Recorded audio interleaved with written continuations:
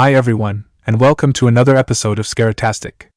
Today, we're diving into the dark side of online dating with 3 terrifying true stories straight from the pages of Reddit. Our first story is perhaps the most chilling of all. It comes from a user who spent 2 years in an online relationship with someone they thought was their soulmate. Zachary was kind, caring, and a talented musician. He also happened to be terminally ill with cystic fibrosis. The user did everything they could to support Zachary through his illness, even as he was hospitalized and put on the transplant list. But then, on Valentine's Day, they received the devastating news that Zachary had passed away.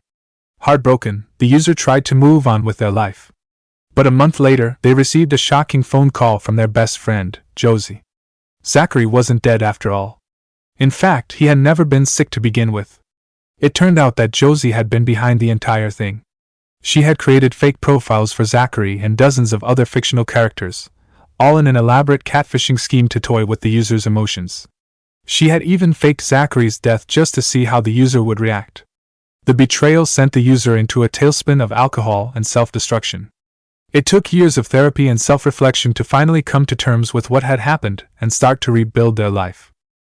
Our next story takes us across the pond to the UK, where a 16-year-old user thought they had found the perfect online boyfriend. Jack was cute, funny, and seemed to really understand them.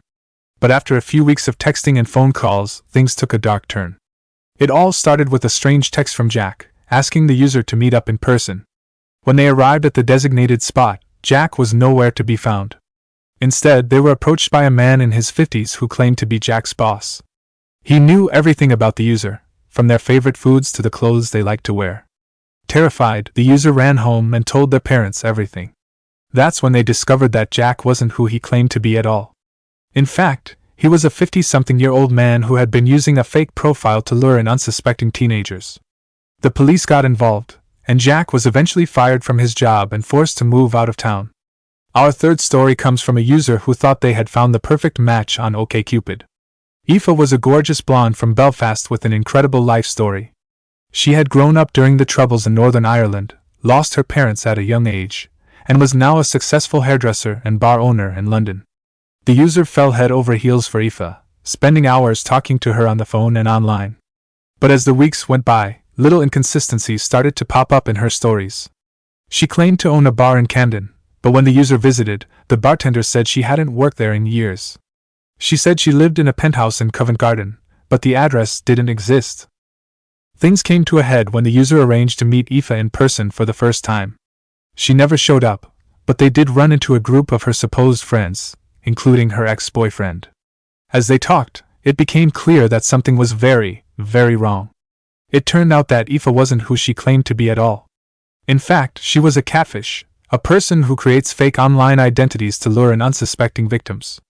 The user had been talking to a complete stranger the entire time, someone who had carefully crafted an entire fictional world to toy with their emotions.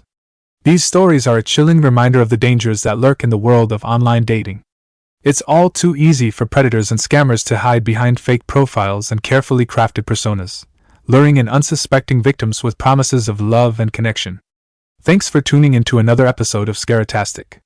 If you have a terrifying tale of your own to share, be sure to leave it in the comments below.